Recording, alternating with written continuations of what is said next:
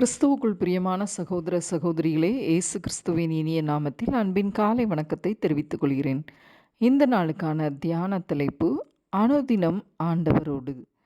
நீங்கள் என்னை தெரிந்து கொள்ளவில்லை, நான் உங்களை தெரிந்து கொண்டேன். நீங்கள் போய் கனி கொடுக்கும்படிக்கும் உங்கள் கனி நிலைத்திருக்கும்படிக்கும் நான் உங்களை ஏற்படுத்தினேன். யோவான் 15:16. மேலை நாடு ஒன்றில் பயணம் செய்து கொண்டிருந்த கப்பல் ஒன்றில் ஒரு வாலிபன் சுவிசேஷ ஊழியம் செய்து கொண்டிருந்தானாம். தான் சந்திக்கும் பயணிகளிடம் கைப்பிரதிகளை கொடுத்து பிரசங்கம் பண்ணி கொண்டிருந்தான். 20 ஆண்டுகளுக்கு முன்பு நியூயார்க் நகரத்தில் உள்ள ஒரு ஆலயத்தின் அருகில் கைப்பிரதிகளை கொடுத்து ஆண்டவர் இயேசுவை பற்றி அறிவித்து கொண்டிருந்த ஒரு வாலிபரின் வார்த்தைகள் தன்னை தொட்டதையும், அதன் மூலம் தான் மனம் திரும்பி இயேசு கிறிஸ்துவை சொந்த இரட்சகராக ஏற்றுக்கொண்டதையும் சாட்சியாக அந்த கப்பல் பயணத்தில் கூறினானாம். அப்பொழுது அந்த கூட்டத்தில் இருந்த ஒருவர் கண்களில் கண்ணீருடன் தேம்பி தேம்பி அழத் தொடங்கினாராம்.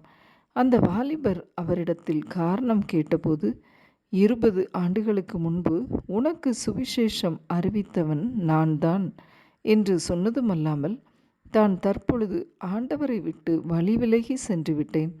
காரணம், நான் அனுதினமும் ஆண்டவரோடு வாழ்கின்ற வாழ்க்கையை விட்டுவிட்டேன் என்று கூறி அழுதாராம். ஆம், எனக்கு அன்பான சகோதர சகோதரிகளே, கிறிஸ்தவ வாழ்க்கை ஒரு நாளோ ஒரு மாதமோ அல்லது ஒரு குறுகிய காலகட்டமோ வாழ்வது அல்ல. நாம் உயிர் வாழும் காலம் முழுவதும் இயேசு கிறிஸ்துவுக்கு சாட்சியாய் வாழ்வது அவசியம். அது எளிதான காரியம் அல்ல, மிக மிக கடினமான காரியம். ஆனால் அனுதினமும் நாம் ஆண்டவரோடு வேதம் வாசித்து ஜெபித்து வாழும்போது அது நமக்கு மிகவும் எளிதான ஒரு காரியம். அனுதின வாழ்க்கையில் நாம் ஆண்டவரோடு பயணம் செய்தால் மட்டுமே நம்மால் இறுதி வரை நமது சாட்சியை காத்து கொள்ள முடியும்.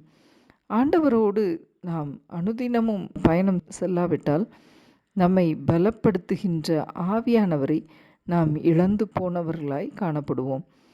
சீடர்களை குறித்து நாம் பார்க்கும்போது நற்சாட்சியோடு இறுதி வரை வாழ்ந்தார்கள் என்பதை நாம் பார்க்கிறோம். நியாயப்பிரமாணங்களை நன்கு கற்றறிந்த பவுல் அனுதின வாழ்க்கை யூத மத தலைவர்களோடும் அவர்களது மத கொள்கையோடும் இருந்த காலத்தில் அவனால் சிறந்த சாட்சியுள்ள வாழ்க்கை வாழ முடியவில்லை. ஆனால் தமஸ்கு அனுபவத்திற்கு பிறகு ஒவ்வொரு நாளும் ஆண்டவர் இயேசு கிறிஸ்துவோடு அவர் வாழ்ந்த வாழ்க்கை ஒரு மிகப்பெரிய சாட்சியுள்ள வாழ்க்கையாய் வாழ்வதை நாம் வேத புத்தகத்தில் பார்க்கிறோம். பவுல் இயேசுவை போல் வாழ்ந்தார் என்பதை அவரது பல கடிதங்கள் மூலம் நாம் அறிந்து கொள்ள முடிகிறது. ஆம், எனக்கு அன்பான சகோதர சகோதரிகளே, அனுதினமும் ஆண்டவரோடு வாழ்வோம், ஆவியானவரின் பலனை பெறுவோம். ஜெபம். அன்பின் பிதாவே, இந்த அருமையான வேலைக்காக உமக்கு நன்றி செலுத்துகிறோம் அப்பா. ஆண்டவரே, நற்சாட்சி பெற்றவர்களாய் ஆண்டவரே அனுதினமும் கிறிஸ்தவர்கள் என்ற சாட்சியுள்ள வாழ்க்கை வாழ்வதற்கு அனுதினமும் நாங்கள் வேதம் வாசித்து ஜெபித்து ஆவியால் நிரப்பப்பட்ட அனுபவத்தை எங்கள் ஒவ்வொருவருக்கும் கொடுத்துடலாம். ஆண்டவரே, நாங்கள் பின்மாற்றம் அடைந்தவர்களாய் இல்லாதபடி ஆண்டவரே, நாங்கள் உமக்குள் ஒவ்வொரு நாளும் வளருகின்ற நல்ல அனுபவத்தையும் அனுக்கிரகம் செய்தரலும் மீட்பர் இயேசு கிறிஸ்துவின் மூலமாய் வேண்டிக் கொள்கிறோம் பரமபிதாவே. ஆமென்.